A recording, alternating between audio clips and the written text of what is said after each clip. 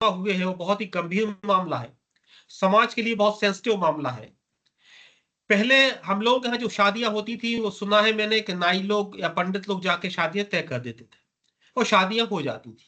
उसके बाद क्रम बदला, जनरेशन बदली और माता पिता जाके बात करने लगे और शादियां तय होने लगी।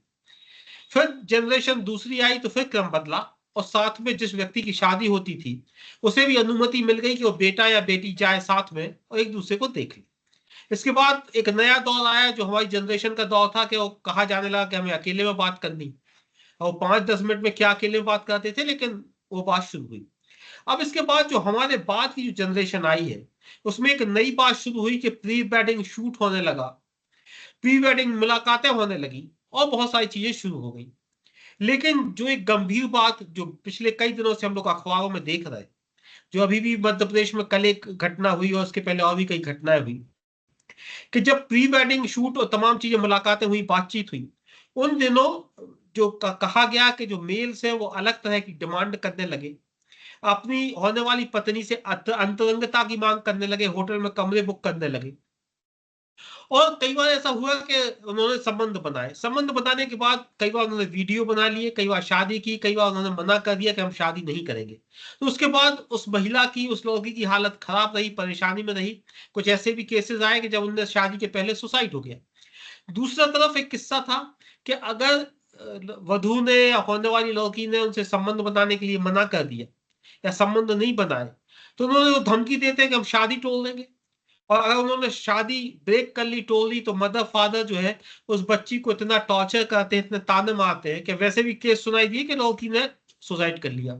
तो यह जो एक मामला है, ये बड़ी बहुत ही अजीब सी मुहाने पर है, किनारे पर है। आज जो आप सब एक्सपर्ट्स इकट्ठे हुए हैं, मैं आप लोगों से इस बारे में चीजें समझना चाहूंगा, बात करूंगा। हमारे साथ चूंकि आशीष जी है, वे वरिष्ठ पत्रकार हैं, तो आज का डिबेट में आशीष जी से शुरू करना चाहूंगा कि दोनों तरह की बातें आशीष जी हैं।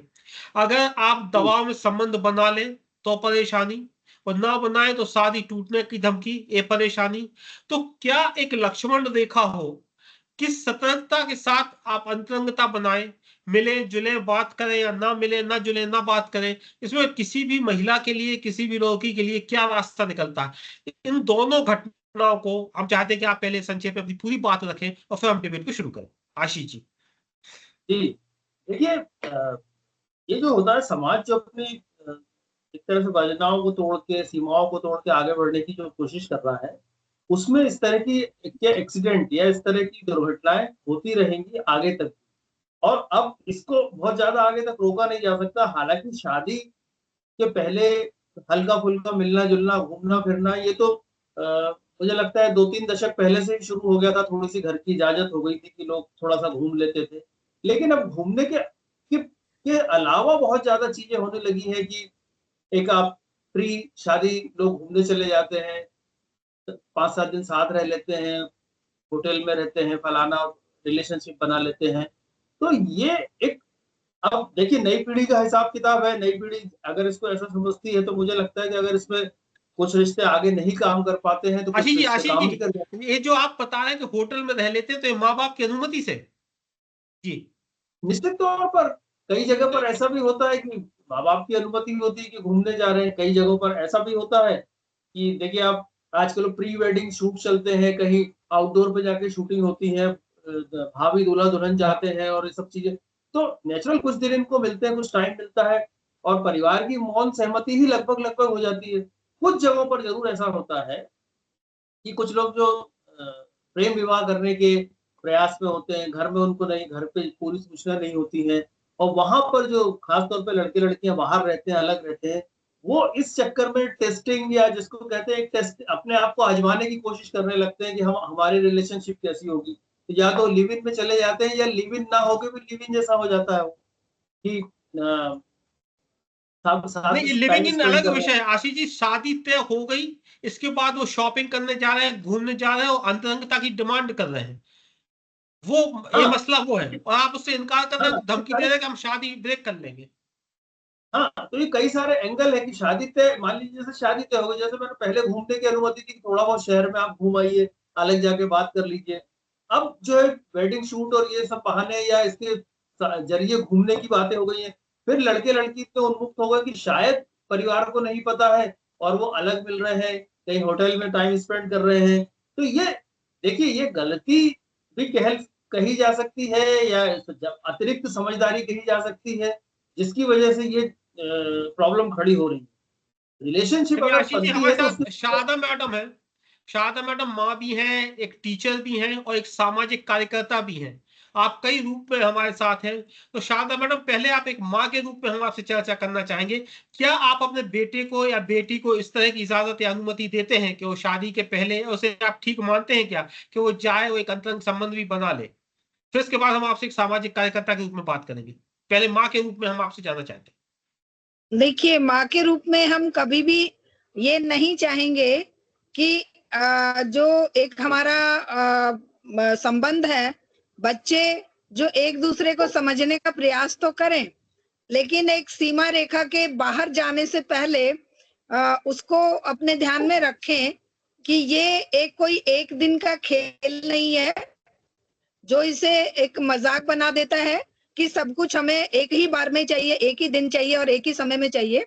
तो ये आज जो जिस तरह का समाज है, जिस तरह का वातावरण है, जिस तरह की बहुत ही फास्ट लाइफ है, तो उस फास्ट लाइफ में वो पेशेंस खत्म हो गई है बच्चों में से, और वो उस तरह के चिंतन धारा खत्म हो गई है कि ये सब कुछ, अगर मान लो कोई रिश्ता जुड़ता है तो वो रिश्ता एक जीवन भर का रिश्ता होता है। उसमें कोई शादी से पहले ही इसे जो ये कमर्शलाइज कर दिया गया है कि प्री वेडिंग शूट हो रहा है और ड्रामे हो रहे हैं, वो केवल इस कमर्शियल जो मार्केट ड्राइवन हो गई है हर चीज। तो इसमें प्यार, प्रेम और शादियां भी मार्केट बेस्ड वो जो एक आइडियोलॉजी है उसमें आ गई है कि वो उस लड़की के महत्व को एक जीवन साथी के रूप में नहीं, एक वस्तु के रूप में लेना अगर चाहे तो हम इसका पुरजोर विरोध करेंगे। एक माँ के रूप में हम शारदा मैडम, आशीष जी कह रहे हैं कि माता पिता की अनुमति भी होती है, मतलब माता पिता को पता होता है कि ये प्री वेडिंग शूट कर रहे हैं, मिल रहे हैं, जुल रहे हैं,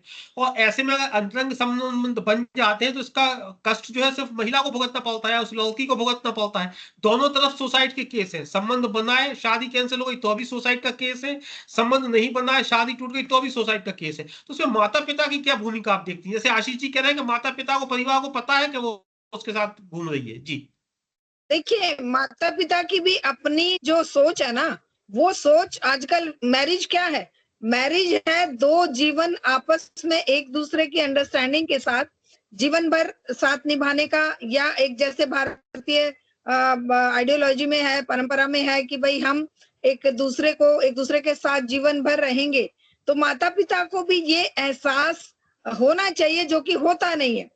माता पिता को भी लगता है कि जो तामझाम जो टीवी में दिखाया जा रहा है, ये वो सब सच है। और वही आजकल मैंने बच्चियों को कहते सुना है कि अरे शादी कौन सी रोज रोज होती है। तो वो शादियां तो रोज रोज नहीं होती, तो ये सुसाइड और तलाक रोज रोज होने लगे। अब बच्चों ने, अगर मान लो इस वातावरण ने बच्चों को वो शारदा जी, वातावरण दे दिया। मैडम हम आपसे एक बात और जानना चाहेंगे। आप एक माँ के साथ साथ आप एक सामाजिक कार्यकर्ता भी हो, आप एक टीचर भी। आप कहाँ लक्ष्मण रेखा खींचेंगी कि कितना मिलना चाहिए और क्या दूरी होनी चाहिए? मैं आपसे जानना चाहती हूँ।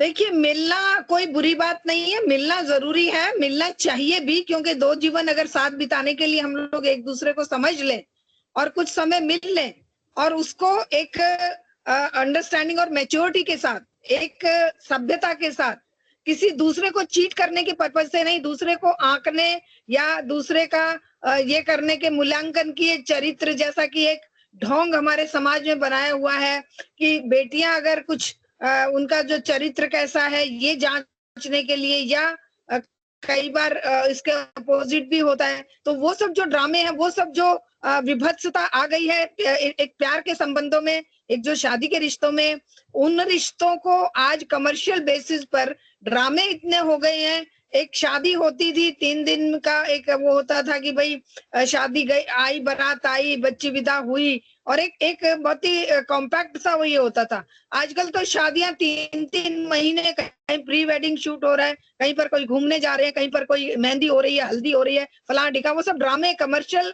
देखिए, शादी को कमर्शलाइज कर दिया है, और उस कमर्शलाइजेशन ने रिश्तों को तार तार कर दिया है। तो जी हम शारदा एक मैडम, हमारे साथ नीरज दीक्षित जी हैं जो सोशलॉजी के जानकार हैं। हम आपसे समाज शास्त्र के बारे में जानते हैं। नीरज जी, जो समाज बदल रहा है कि अगर आप अपने बेटे बेटी को शादी के पहले मिलने से अगर रोकते हैं तो माता पिता को लगता है कि वो आधुनिक नहीं है, वो पुरातन पंथी है। बच्चों को भी लगता है कि हमारे माँ बाप आधुनिक नहीं है। और जो बेटा बेटी जाते हैं मिलने जुलने, उनको भी लगता है कि अगर वो शादी के पहले मिल रहे हैं तो खुले विचार के हैं, आधुनिक है।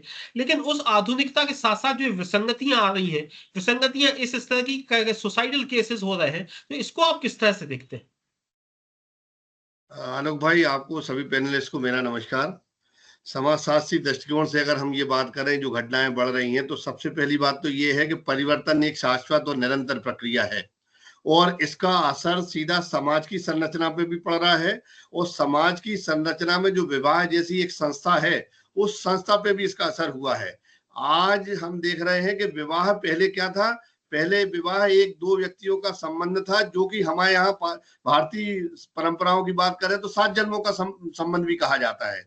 और इसके साथ साथ ये ऐसा संबंध है which are recognised by the custom and the law, मतलब जो प्रथाएं हैं और कानून दोनों के अनुसार स्वीकृत है, मान्य है, तब विवाह है वो संबंध है। लेकिन वर्तमान में आज कई और विदेशी जो पाश्चात्य सभ्यता का प्रभाव पड़ने की वजह से भारत में भी विवाह जैसी संस्था कमजोर हुई है। और उसका नतीजा ये हुआ है कि ये जो प्रथा और कानून के रूप में मान्य था, अब केवल एक व्यापारिक समझौता और एक कॉन्ट्रैक्ट होता हुआ जा रहा है कि कॉन्ट्रैक्ट है, कहां तक समझ है, कहां तक हम आगे जाएंगे, कितना हम आगे ले जा पाएंगे। तो अब यहां तक एक कॉन्ट्रैक्ट और व्यापार के रूप में आ गया है। और जब व्यापार आ गया है तो व्यापार में लाभ हानि देखी जाएगी, जिसकी वजह से ये इस तरीके की जो नैतिकता के पतन और ये दुष्प्रभाव हमें क्योंकि इसका असर युवाओं पे कहां पड़ता है। एक बात जो नीरज जी, जब हम रिसर्च कर रहे थे तो एक बात देखी गई कि जो मेल साइड है वो ब्लैकमेल करता है कि आपको हम पे भरोसा नहीं है कि आप हमसे संबंध नहीं बना रही है, 1 महीने बाद तो हमारी शादी होने वाली है, और लेकिन फिर वो शादी से इनकार कर देता है। तो ये भरोसे की जो बाबा दुहाई दी जाती है, और जो फीमेल्स होती है उस चक्कर में फंस के उनसे संबंध बना लेती है। बाद में कई बार देखा गया कि वो विड्रॉ कर लेते हैं और शादी नहीं करते। तो ये क्या ब्लैकमेलिंग है क्या? और माता पिता को लगता है कि ठीक है भाई, अगर घूम रहे हैं साथ में तो कोई परेशानी नहीं है। इसको आप कैसे देखते हैं? तो ब्लैकमेलिंग है और शादी करने के तो क्राइम हो गया। जी नीरज जी, देखिए, डिजिटल युग में जो स्मार्टफोन है और जो वीडियो रिकॉर्डिंग के साधन है, सोशल मीडिया है, इतने आसान औजार यंत्र मिल गए हैं कि आसानी से निजी पलों को रिकॉर्ड कहीं भी किया जा सकता है। जब तक सहमति से यह सब चीज रहती है तब तक तो वो सब कुछ जायज है। जिस दिन भी किसी वजह से तनाव रिश्तों में आता है और वो ब्लैकमेलिंग का रूप ले लेती है। शादी के पहले पुराने जमाने में मिलने में इतना आसान नहीं था, लोगों को मिलने नहीं दिया जाता था। ठीक है, समाज बदला है, अब मिलने दिया जाए। लेकिन हम एक घटना बताना चाहेंगे। एक मेरे बुआ जी के लड़के थे, उनकी शादी पक्की हुई इंदौर में। मैं गया उनकी शादी, मतलब शादी के पहले मैं गया, तो उन्होंने कहा कि आप भाभी को भी देख लो, शादी पक्की हो गई है। तो एक होटल में आए तो मेरी जो होने वाली भाभी थी, उनकी भाभी उनको लेके आई थी। मुझे लगा मेरा भाई है, 19 दिन बड़ा है, तो मैंने कहा थोड़ा सा इसको समय मिलना चाहिए, स्पेस मिलना चाहिए। मैंने उनकी भाभी से कहा कि आप अपन थोड़ा कहीं बैठ जाते हैं, कॉफी पीते हैं, इनको थोड़ा समय दें बात करने को। तो उन्होंने कहा कि अब तो बस 1 महीने की बात है, समय ही समय है, क्यों अपन। तो इस तरीके की जो वजनदारी और जो गंभीरता रखी जाती थी, आज मिलने देने में बुराई नहीं है, लेकिन ऐसे व्यक्ति को साथ में होना आवश्यक है कि जो एक मर्यादा को बनाए रखने में मदद करे। क्योंकि ये भावनात्मक रूप से जुड़ जाते हैं जिनकी एंगेजमेंट हुई है, तो कहीं ना कहीं वो फिसल भी सकते हैं। अगर इसमें कोई बहुत बड़ी बात नहीं है, लेकिन बाद में लड़के या लड़की के मन में कोई बुरी भावना आए कि यार ये ऐसा क्या हो गया, और उसके मन में लड़की के प्रति एक मिनट, आशीष जी ने एक बड़ी इंपॉर्टेंट बात कही कि जो प्री वेडिंग शूट होते हैं, आप बाहर जाके शूट कर रहे हैं, मिल रहे हैं, साथ में शॉपिंग करने जा रहे हैं, घूम रहे हैं, तो हल्का सा इस बात का मम्मी पापा को ही पता होता है कि जी अकेले हैं। तो क्या मम्मी पापा की मौन स्वीकृति है क्या? जी नीरज जी। अब बिल्कुल स्वीकृति है। या तो वो उसकी गंभीरता को समझ नहीं रहे हैं, या पुराने जमाने को बदलने का स्वरूप वो ये मान रहे हैं कि आधुनिकता इस तरीके की हो जिसमें वैचारिक आधुनिकता ये मान रहे हैं कि अब तो आज का आधुनिक युग है, इसमें तो सब चलता है, लोग जाते हैं, घूमने जाते हैं, बाहर भी जाते हैं, शॉपिंग के लिए जा रहे हैं। मैं ये कह रहा हूं कि इसमें एक मर्यादा रखना आवश्यक है। इनमें एक ऐसे पुराने रिश्ते को रखना आवश्यक है कि जो इनकी मर्यादा को बनाए रखे, क्योंकि ये एक उनका संबंध तय हुआ है, भावनात्मक रूप से जुड़ चुके हैं। तो अगर स्वीकृति एक दोनों की बनती है तो ये सामान्य सी बात, सहज सी बात लगती है। लेकिन वो सब होने के बाद लड़के या लड़की के एक दूसरे के प्रति जो बुरा भाव या द्वेष भाव या क्लेश भाव जो सामाजिक, जो आजकल डिजिटल युग में हम देख रहे हैं किस तरीके के वीडियो, तो वो जो बुरी मानसिकता खराब करना शुरू होती है और वो अंततः कई बार विवाह टूट जाते हैं। और उसका, चलिए हम आशीष जी के पास चलते हैं। आशीष जी, आजकल एक सेंटेंस है जो बहुत माता पिता बोलते हैं, आप लोग भी सुनते होंगे, शारदा मैडम भी सुनती होंगी, कि भाई हम लोगों का काम सिर्फ मीडिएटर का रह गया है, बच्चे बच्ची जान लें, आपस में एक दूसरे से मिल लें, बात कर लें, बच्ची को बच्चा पसंद आ जाए, बच्चा को बच्ची पसंद आ जाए। तो ये जो चेंज ऑफ रिस्पॉन्सिबिलिटी हम लोग समाज में देख रहे हैं कि माता पिता ये फैसला खुद लेने की बजाय अपने बच्चों पर छोड़ देते हैं, तो क्या ये उसी का एक एक्सटेंशन है कि आप साथ में घूमिए फिरिए, एक दूसरे को समझिए, ताकि फैसला आपका ही हो? आशीष जी। हाँ, यही पहली सीढ़ी होती है, एक हल्की सी, मैं समझता हूँ कि हल्की सी लापरवाही की, यही पहली सीढ़ी होती है उन रिश्तों में जो आगे जाके टूटते हैं या ये इस तरह के घटनाक्रम पे पहुंचते हैं। तो वहां पर जब आप अपने बच्चे को 22, 24, 25 साल तक पूरी अपनी निगरानी में पाल रहे हैं और फिर उसको जिंदगी का फैसला करने के लिए खुला छोड़ रहे हैं, तो थोड़ा सा तो कहीं ना कहीं आपको एक अंकुश रखना पड़ेगा, थोड़ा सा एक निगरानी वहां भी रखनी पड़ेगी कि आप कितनी दूर तक जा रहे हो घूमने के दौरान। क्योंकि कई बार परिस्थिति जन्य कुछ ऐसी स्थितियां होती हैं, नए लोग होते हैं, रिलेशनशिप बन जाती है, लेकिन अब यदि माँ बाप ने उन्हें एक अपनी पुरानी परंपराओं से आगे जाके, सीमा के आगे जाके छोड़ा कि जाइए आप घूमिए, तो क्या आपने उनको मानसिक रूप से इतना मजबूत नहीं बनाया? फिर ये सवाल भी उठता है कि जब दो बच्चे वहां जा रहे हैं तो मानसिक रूप से फिर इतने मजबूत आपके द्वारा बना के भेजे जाने होने चाहिए कि वो फिर इस तरह की स्थितियों में ना पड़े, और अगर ऐसी स्थितियों में पड़ भी जाते तो बाद में कोई ऐसा आत्मघाती कदम ना उठाए। क्योंकि बहुत सारी परिस्थितियां ऐसी होती हैं कि जिसमें कोई एक पक्ष जिम्मेदार नहीं होता है। कभी कभी होता है कि एक पक्ष हावी होता है और ऐसी चीजों के लिए मजबूर कर देता है, तो अक्सर ऐसा नहीं होता। तो इन चीजों पर थोड़ा सा कहीं ना कहीं माँ बाप को बहुत निगरानी रखना चाहिए, पहली बात। दूसरी बात, जो लोग वीडियो वीडियो बना लेते हैं इस तरह के झंझटों में, तो पहली बार भी ये बात समझ में आए थे कि उनकी मंशा ठीक नहीं है, तो वीडियो बनाने की क्या जरूरत। तो पहली बार नहीं समझ आया था तो उस समय लड़की को चीज समझ लेना चाहिए। और दूसरी बात, फिर अगर आप सारी सामाजिक मर्यादाओं को, जो मर्यादाएं हमारे पास अलिखित मर्यादाएं हैं जिनका हम पालन करते हैं, हमारे माता पिता ने किया, हमने किया, तो हम अपने बच्चों को ऐसा छोड़ रहे हैं, तो उस मर्यादाओं को आपको दिमाग में रखना होगा। जब आप उसको छोड़ के आगे जा रहे हो तो फिर आप उसको फिर ये रोना गाना या चीजों को, अपने आप को नुकसान पहुंचाना, फिर ये भी ठीक नहीं है। तो चीजों को जी बहुत आशीष। बैलेंस करना होगा, तभी ये चीजें आगे बढ़ेंगी। हालांकि अब जिस तरह का रवैया, जिस तरह का समाज खुलता चला जा रहा है, उसको तो रोका नहीं जा सकता, लेकिन जी। उसके साथ कुछ ऐसे एहतियात किए जाने चाहिए कि इस तरह की परिस्थितियां हो तो पहले आप भांप लें और पहले ही निर्णय ले लें। बहुत ज्यादा तक डीप में जाने के लिए, उस रिलेशनशिप को डीप में जाने के लिए छोड़ना भी ठीक।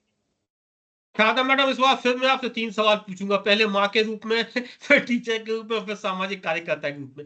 तो माँ के रूप में आप हमको बताइए, क्या माता पिता डरे हुए हैं कि बहुत मुश्किल से कोई रिश्ता मिला है, तय हुआ है, और अब वो नहीं चाहते कि उनकी वजह से रिश्ते में कोई दरार आए, या वो पुरातन पंथी वाले लोग कहलाएं, वो आज के साथ चलना चाहते हैं, आज के साथ आधुनिक माता पिता कहलाना चाहते हैं, और उनको अंदर ये भी एक डर है कि कहीं कोई बात रुक ना जाए, छूट ना जाए, जो बाद में तलाक का या विचोह का कारण बने, इसलिए वो कुछ बातें अनदेखी भी कर रहे हैं। जी शारदा मैडम, एक माँ के रूप में क्या आप ऐसा सोचती हैं? देखिए, माँ के रूप में अगर मैं कहूँ तो एक कमजोर व्यक्तित्व होता है जो इस तरह के कारणों में फंसता है, इस तरह की चीजों में शिकार बनता है, चाहे वो बेटा है चाहे वो बेटी है। अगर माँ बाप ने बच्चे को चरित्र निर्माण, व्यक्तित्व निर्माण और सच्चा मानव निर्माण की शिक्षा नहीं दी है, अगर उसे एक अच्छा ह्यूमन बीइंग नहीं बनाया है, अगर उसने सामने वाला, चाहे बेटा है चाहे बेटी है, सामने वाले को अपने बराबर का वैसा ही एक सच्चा हमदर्दी उसके प्रति नहीं रखी है, तो वो किसी भी तरह का असामाजिक एक तरह का आचरण, इनह्यूमन आचरण, जो कि हम देख रहे हैं कि इस समाज की देन आज हो गया है कि भाई जिसको भी मन आया जिस तरह का आचरण किया, और सेक्स को एक ऐसा मतलब एक टैबू बना लेने के कारण बेटियां जब कोई उनके साथ हरकत होती है तो वो सोचती है उनकी जिंदगी खराब हो गई, कि भाई उनको अब मतलब एक तरह से उनके ऊपर उनका खानदान पे धब्बा लग गया या उनका जीवन ये हो गया, बर्बाद हो गया। तो ये जो इस तरह की मानसिकता, एक तो ये फ्यूडल सोच के कारण, वो फ्यूडल जो सोच है वो दिमागों से ना माँ बाप की निकली है ना बेटियों की निकली है, कि भाई दूसरे की गलती की सजा खुद को क्यों देंगे, और बेटियों को इतना मजबूत तो बनाया जाए कि वो गलत होने से अगर आपका बेटा या बेटी पूछे आपसे कि हम मिलना चाहते हैं, तो आप क्या उसको हिदायत देंगी, कहाँ लक्ष्मण रेखा खींचेंगी कि भाई कितने पास दूर तक जाना है, कितने पास तक जाना है, क्या आप कहेंगी? देखिए, हम एक दिन में बेटे बेटी को केवल हिदायत देकर ही नहीं, उसका पूरा बचपन से लेके और उस 24-25 साल होने तक का जो हमने उसे शिक्षा दी है, जो उसको हमने व्यक्तित्व दिया है, वही उसको उन परिस्थितियों में सही व्यवहार करने के लिए रास्ता बताएगा।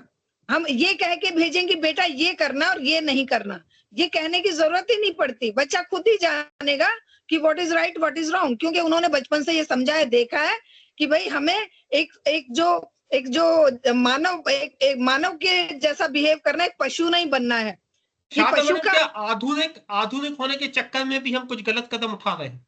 देखिए, ये आधुनिकता का जो रॉन्ग इंटरप्रिटेशन है, आधुनिकता का मतलब था कि फ्यूडल रॉन्ग वैल्यूज को नकार के, फ्यूडल अच्छी वैल्यूज भी हैं, रॉन्ग वैल्यूज भी हैं, और आधुनिक रॉन्ग वैल्यूज को नकार के गुड वैल्यूज को लाइफ का पार्ट बनाना और उसको लेकर जीवन जीना, जिससे कि पूरे समाज में भी वातावरण सुंदर बने, जीवन भी सुंदर बने। तो वो जो एक वैल्यू सिस्टम है वो पूरा का पूरा आज इस पूंजीवादी व्यवस्था में डगमगाया हुआ है। रॉन्ग वैल्यूज को नीरज जी से हम एक बात पूछते हैं। नीरज जी, हम आपसे जानना चाहेंगे कि पहले जी मैडम कुछ कहना चाहती हैं, कहीं मैं आप अपनी बात पूरी कर लें।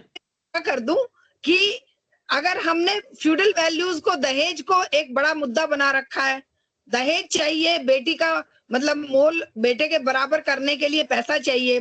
अब माँ बाप आतंकित रहते हैं कि लड़का मुश्किल से मिला है, अरे भाई मान लो लड़के वालों की जो कहें, लड़का जो कहे मान लो। इसी प्रेशर में लड़कियों को के साथ भी गलत होता है। अगर ये बुराइयां, फ्यूडल वैल्यूज हट जाएं कि भाई दोनों इक्वल है, बेटा भी वही है बेटी भी वही है, तो हम ये कहें कि भाई मुझे जितना बेटी की जरूरत है उतना ही उनको बेटी की जरूरत है, तो वो एक इक्वल लेवल पे जब हमारे रिश्ते बनेंगे तभी वो स्थायी भी होंगे और धोखा भी नहीं होगा, और तब इस तरह की घटनाएं भी नहीं होंगी।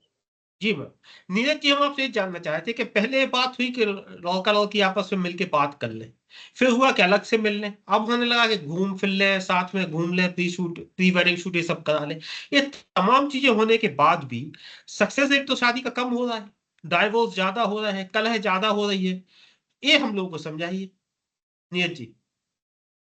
स्वाभाविक रूप से वो जो हम बात कर रहे हैं परिवर्तन की, तो इस परिवर्तन में विवाह भी शामिल हुआ है और मायने बदले हैं, मूल्य बदले हैं।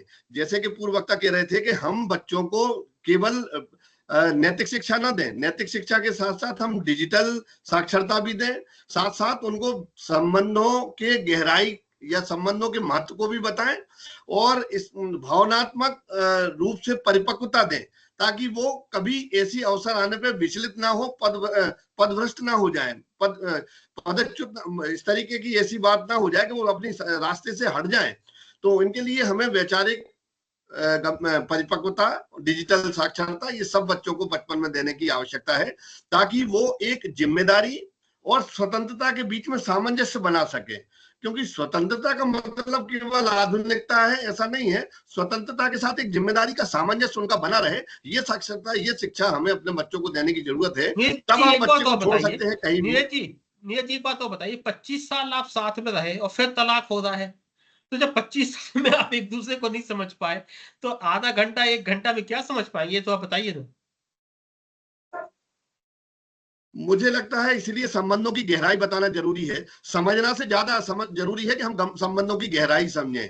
कई बार हमारे जो रिश्ते हैं जो परंपरागत रूप से चले आ रहे हैं, तो हम एक दूसरे को, खामियों को और उसके बीच में सामंजस्य बना के चलते हैं। जरूरी नहीं है कि पति में सारी अच्छाइयां हो या पत्नी में सारी अच्छाइयां हो, या परिवार के जो दूसरे नाते रिश्तेदार हैं, चाहे वो उनकी ननद हो, सास हो, ससुर हो, भाई हो, बहन हो, देवर हो, तो इन सब में परिपक्व पूर्णता होना आवश्यक नहीं है। कुछ कमी एक दूसरे में सब में हो सकती है, लेकिन जब हम एक दूसरे की कमियों को स्वीकार करके आगे बढ़ते हैं तो फिर हमें ज्यादा समझने की नहीं, संबंधों को गहराई से जीने की जरूरत होती है।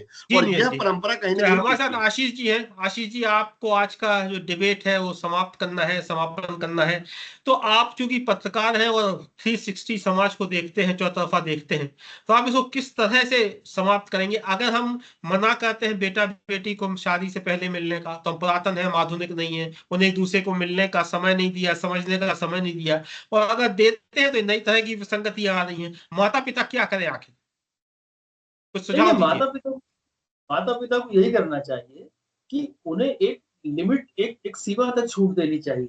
उसको दूसरी बात ये है कि एक अरेंज मैरिज यदि माता पिता करने जा रहे हैं तो उसको टेस्टेड मैरिज के फ्रेम में क्यों डाल रहे हैं? उसको क्यों लाने दे रहे हैं वहां पर? उसको जैसे माता पिता ने शादी की वैसे ही आपने शादी की। एक तरफ तो आप जो है समाज को, अपने आप को उन्मुक्त बनाने की कोशिश बताते हो, और जब उसके दुष्परिणाम होते हैं तो आप जमाने को दोष देते हो। तो जब मतलब माता पिता, आशीष जी, तो एक ये मिनट। आशीष जी, जो शारदा मैडम कह रही थी कि जो संस्कार हमने 25 साल दिए हैं वो शादी को सफल या असफल करेंगे, एक दिन की मुलाकात नहीं हो पाएगी। जी बिल्कुल, बिल्कुल सही बात है। वही मैंने कहा कि उस तरह से मानसिक रूप से मजबूती और संस्कारित रूप से आप अगर अपने बच्चे को तैयार कर रहे हैं, तो वही आगे काम आएगी। फिर उसके लिए ज़रूरी नहीं है कि 10 दिन, 15 दिन, 20 दिन का आप शादी का ट्रायल कराएँ, इनडायरेक्टली ट्रायल ही कराएँ। वो करने की ज़रूरत नहीं है ना। शादी में ये ज़रूरी होता है कि आप टेलीफोनिक बात कर लें, कहीं थोड़ी देर समय स्पेंड कर लें, घरवालों की निगरानी में आस-पास कहीं शहर में। उतना चलिए चलता है, पहले भी चलता था, 20 साल, 30 साल पहले भी चलता था। लेकिन उस लिमिट को आगे तक आप ले जाना चाह रहे हैं, तो उसके दुष्परिणाम आएँगे।